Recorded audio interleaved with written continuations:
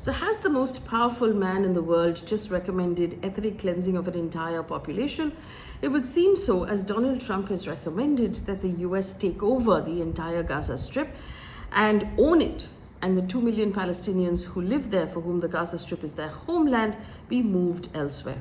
The question is, could Donald Trump possibly be serious about this? Let's take a look at what's going on. I want to remind you that during his campaign for president, Donald Trump at one point said that all hell will break out if the Israeli captives were not released by the time he took over as president of the United States. He has since then taken credit for the ceasefire deal and basically said that it would not have happened if he had not won his election. Now, since he became president, the first head of state to have visited him is Benjamin Netanyahu.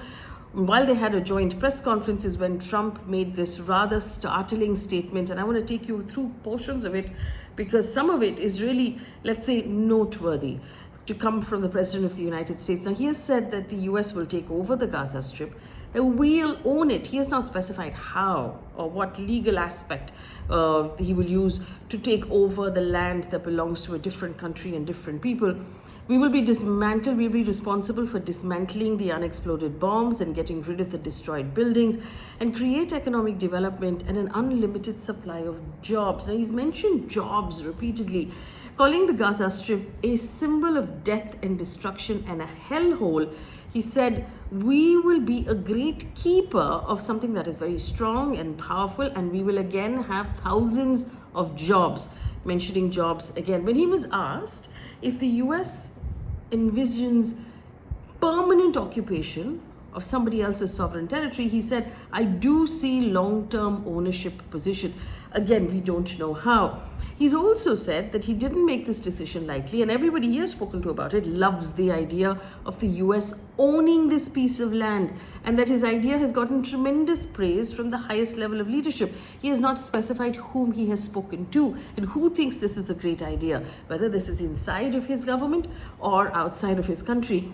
He keeps talking about it being a Riviera of the Middle East. Remember, the Gaza Strip is a beautiful piece of land that has a beach and the ocean.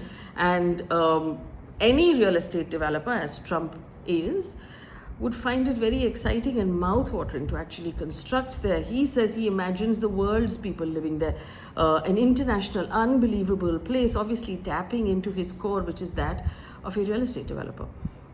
Donald Trump when he was asked by the press whether Palestinians will be allowed to go back after he has done building it into this wonderful place, he said, why would they want to return? The place has been hell for them. And he has actually said this. He said, Gaza is a guarantee that they will end up dying because they will be killed over and over again. Trump effectively endorsing ethnic cleansing of Gaza, which is an international crime. And he's sitting next to Benjamin Netanyahu, which is a man who has been accused of multiple international crimes and war crimes in the international court.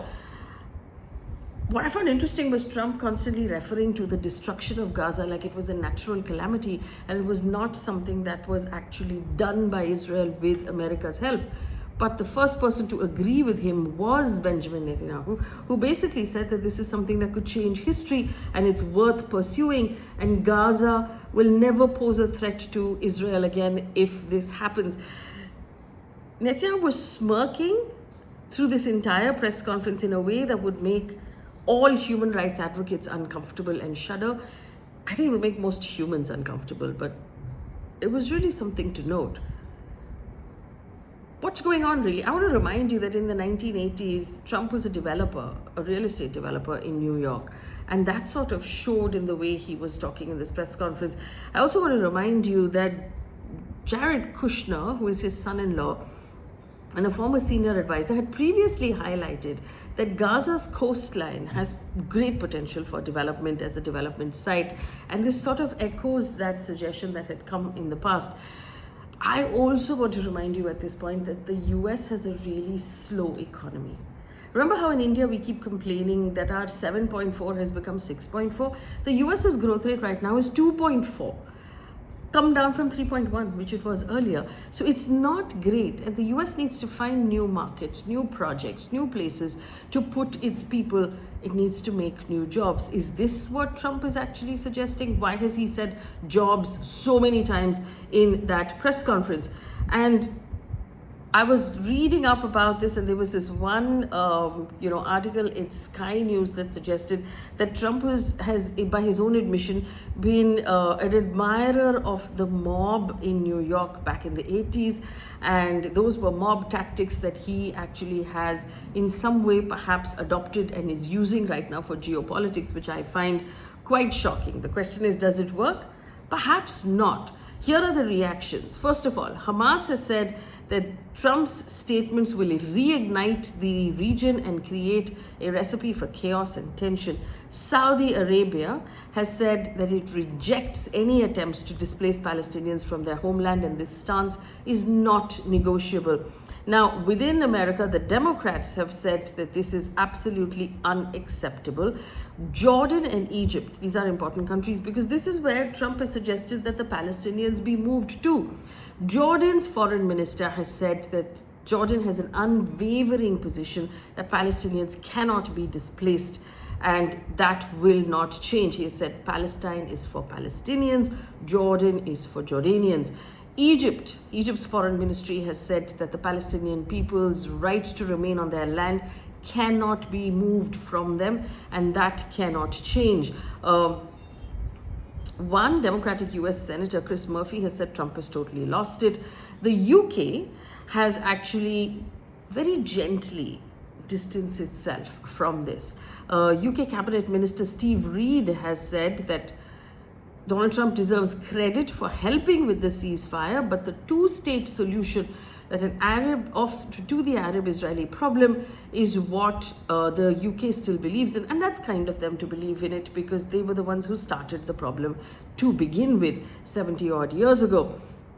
The UK has also said that Palestinian civilians have been living through a nightmare for the last 14 months. It's kind of him to have acknowledged this problem after 14 months, and he has said that they need to be able to return to their homes and start to rebuild.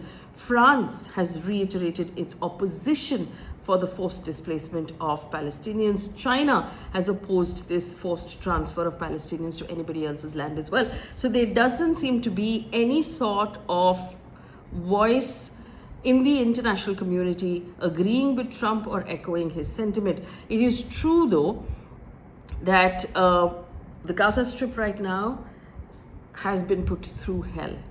There are no utilities. There's no water, there's no electricity, there's no gas. There are unexploded bombs that still need to be detected and removed. There are no civic amenities at all. There are no hospitals for the injured people. The buildings that are still standing could collapse at any point, and we don't know what that status is. So effectively, this entire strip is arguably uninhabitable, but the question is, who did that? Who brought it to that point? Israel did it with help from America. As of the 17th of December, the Gaza Strip's death toll was more than 45,000 people who have died, out of which at least 13,000 were children. Over 100,000 people have been injured. 7,000 people are missing, and they're probably still under the rubble, or they're dead under the rubble.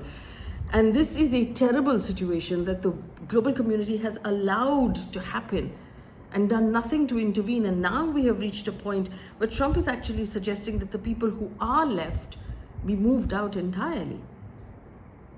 Whether or not the international community agrees with him or he's able to do this, what he has done is this, though. He has dared to say out loud what a lot of powerful people were probably already thinking. And by doing that, he has normalized this idea of discussing it, and it is now on the table, taking the world one step closer to the idea of Palestinians no longer living in Gaza, which until now was unthinkable.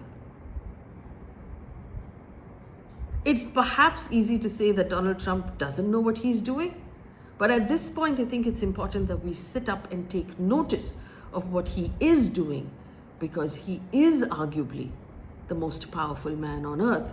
And he is maybe employing mob tactics he's learnt in his youth.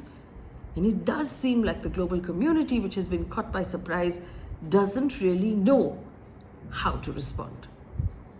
Leave me a comment in the comment section of what you think of Trump's tactics that we've seen play out over the last 2 weeks since he moved into office.